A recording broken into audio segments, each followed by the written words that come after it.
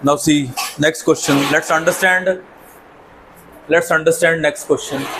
How many terms of the AP 3, 5, 7, 9 must be added? कहता कितनी terms add करें so that उनका सम कितना हो जाए 120 हो जाए। तो हम देखते हैं क्या क्या हमें दिया हुआ है। हमें एक AP दे रखी है, AP का मतलब क्या क्या मिल गया हमें A मिल गया, बोलो A is equal to 3, D निकाल लेते हैं, हमेशा ये जरूर लिखना है, बोलिए चाहे छोटी सी चीजें दिखानी है, ठीक है जी। स्टेप्स D आ गया। अच्छा अब ये जो 120 है ये हमें क्या दे रखा है, SN दिया हुआ है। जब तक हमें पता नहीं है तो नंबर ऑफ टर्म्स हम N ही मान के चलेंगे।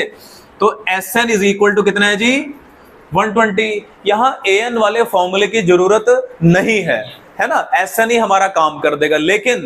लेकिन एक और बात है, अब SN के कितने फॉर्मूले हैं, 2 फॉर्मूले, एक लास्ट टर्म वाला एक विदाउट लास्ट टर्म वाला। यहाँ लास्ट टर्म हमें नहीं पता, वही तो निकालना है।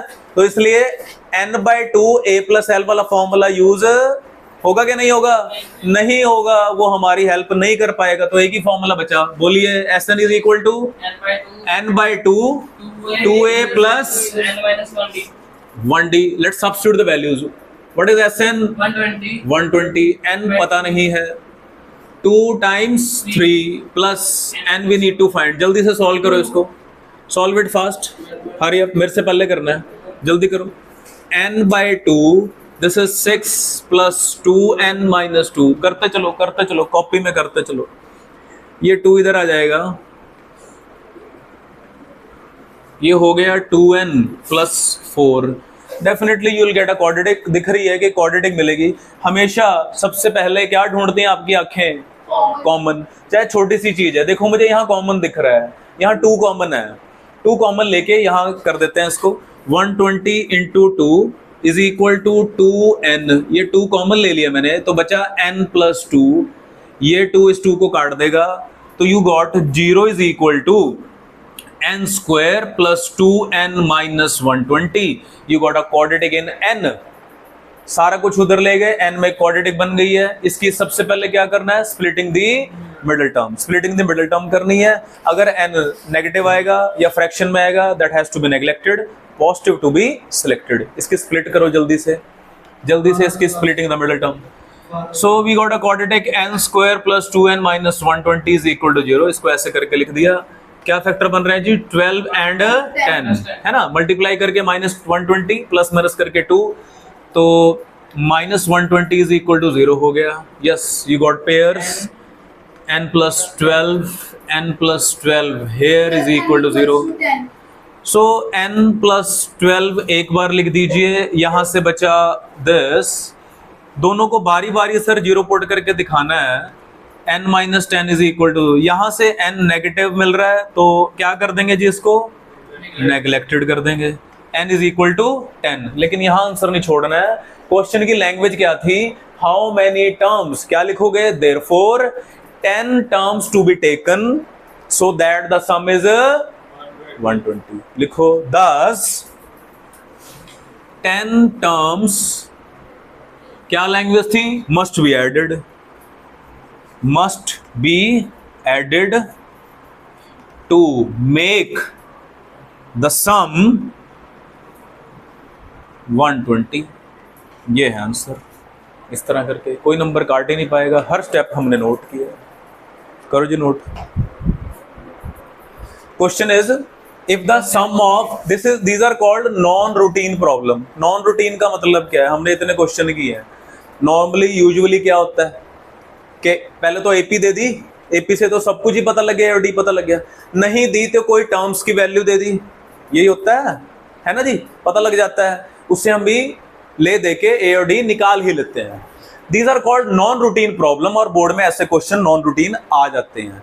यहां पर क्या है, कोई एपी की बात नहीं कर रहा है, कोई ए नहीं दिया, कोई डी नहीं दिया, कोई बात ही नहीं कर रहा है। और क्या बात कर रहा है, if the sum of first n terms, पहली n टर्म्स का जो सम है वो S1 है, 2n टर्म्स का सम कितना है, S2 है। मान लो n 100 है, मान लो 100 टर्म्स है मेरे पास, तो 100 टर्म्स का जो सम है वो n आया, 2n का मतलब कितना होगा, 200 टर्म्स S2, और 3n कितना हो गया 300 कुछ इस तरह से है, हमें इंटरप्रेट करना पड़ेगा, थोड़ी गेम सेट करनी पड़ेगी दिमाग में कि बात क्या कर रहा है। पहले क्वेश्चन समझ नहीं आ रहा है कि है क्या, करना क्या है। तो जब भी ऐसा क्वेश्चन आ जाए, एकदम नहीं होते हैं, क्या करना है, पहले धीरे धीरे वैल्यूज बना लेते हैं।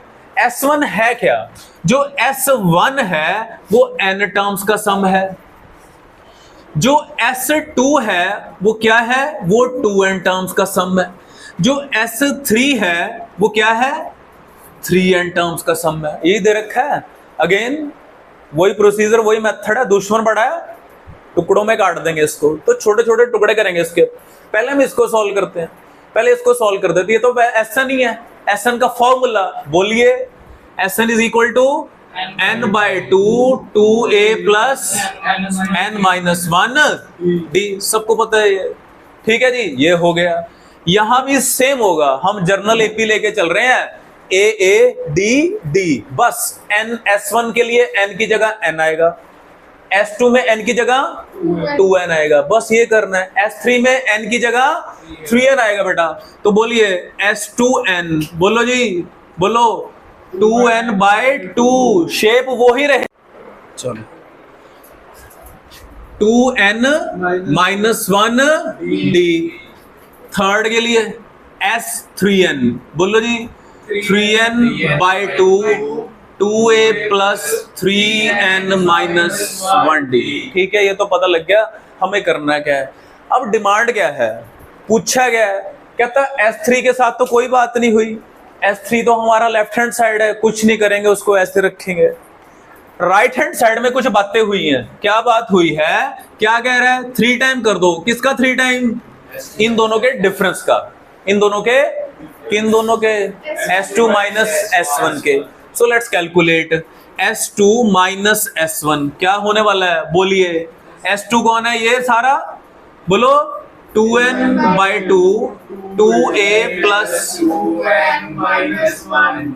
Okay minus again. अब मेरा वो प्रोसीजर होगा कि हम मल्टीप्लाई वगैरह तो करेंगे, लेकिन सबसे पहले क्या ढूंढेंगे, कॉमन। इसलिए मैंने 2 को काटा नहीं था, क्योंकि n/2 मेरा कॉमन आ रहा है ना, इसलिए नहीं काटा था। तो n/2 पहले छोटी छोटी चीजें कॉमन निकाल लेते हैं। n/2 कॉमन आ गया, बोलो क्या बचा, 2 बचा। इस 2 को अंदर मल्टीप्लाई कर दो, 2 को इससे करोगे 4a प्लस 2 को यहीं रखो, अभी बाहर इस वाले ब्रैकेट में ही रखते हैं, आगे देख लेंगे अकॉर्डिंगली। अगर ये n/2 बाहर आ चुका है सर, 2 ये n/2 बाहर आ चुका है, नहीं जो लिखा है वही होगा, n-1 d, ये 2 यहां पड़ा है। सो नाउ अच्छा, अब ब्रैकेट का थोड़ा सा चक्कर पड़ रहा है, इसलिए एक और बड़ा सा ब्रैकेट लगा देते हैं, ठीक है जी। ये n/2 सबसे बाहर है।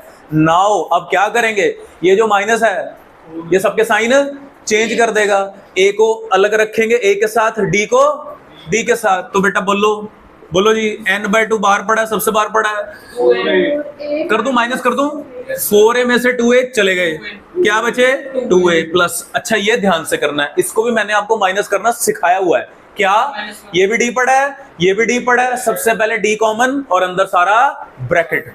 तो d सबसे बाहर, ये बोल लो कितना हो गया, 4n-2, ये कितना हो जाएगा, ये हो जाएगा -n और +1 बेटा, +1, ठीक है। ये बड़ा ब्रैकेट आ गया। तो n/2 2a प्लस, ये कितना हो गया, ले दे के 4n में से n चले गए, 3n और बाहर कौन पड़ा है, d पड़ा है, कुछ क्या ये 3n जैसा लग रहा है, कुछ बोलो लग रहा है, बस एक ही कमी है, क्या कमी है, 3 की कमी है। 3 उसने बोला ही था, this is most easiest question, 3 उसने बोला ही है।